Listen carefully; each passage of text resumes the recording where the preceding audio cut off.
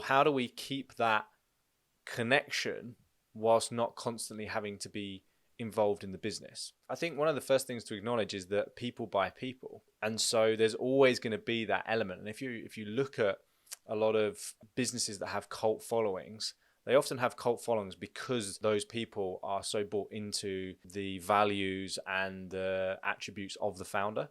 And if you look at those kind of cult followings and those really strong brands, they often have a person behind it because we're human and we want to interact with other people. So that's the first thing just to acknowledge, like outright. Then the question becomes, well, how do we keep that connection whilst not constantly having to be involved in the business? And so what's interesting about the world that we live in is people feel like they know you, even if they don't, because they're still getting a version of you through digital media. Essentially, what we've got to think about is, for those clients, what is it that they actually want? So we're going back to this concept of the outcome, right?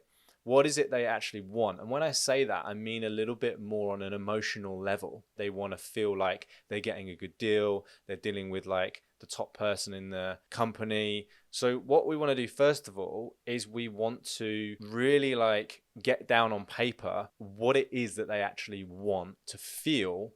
So like if you took one of your top clients as an example, what comes up for you? Like what is it you think that they're getting from an emotional point of view by dealing with you individually?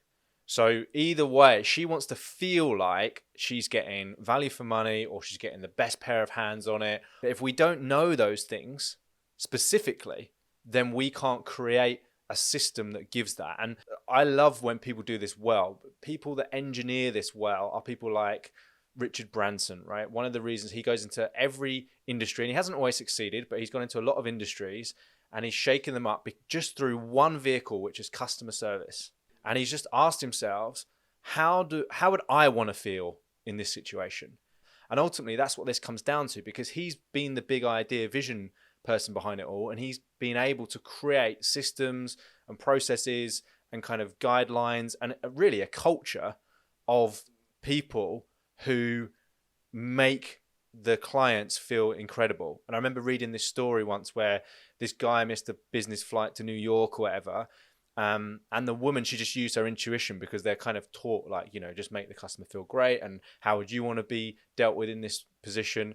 And she, put him in this hotel and and she didn't have to do all of that. And it was very kind of outside of the book. But I remember him saying in his book, I actually went down and found that member of staff and congratulated her, because that's what we're about on Virgin. It's about how do we move out of the business. So we're still that representation in people's minds. But when they come through our business, our company is an extension of us, so that everybody on our team is on the same page.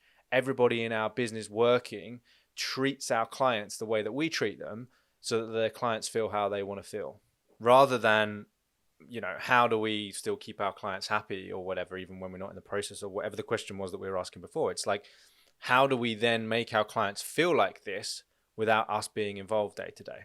Like, what does that look like? What needs to happen? And you can even ask them that question, right? What would need to happen for you to still feel like you were getting the best hands in the industry and you were blah, blah, blah, blah, without me directly always working on this thing?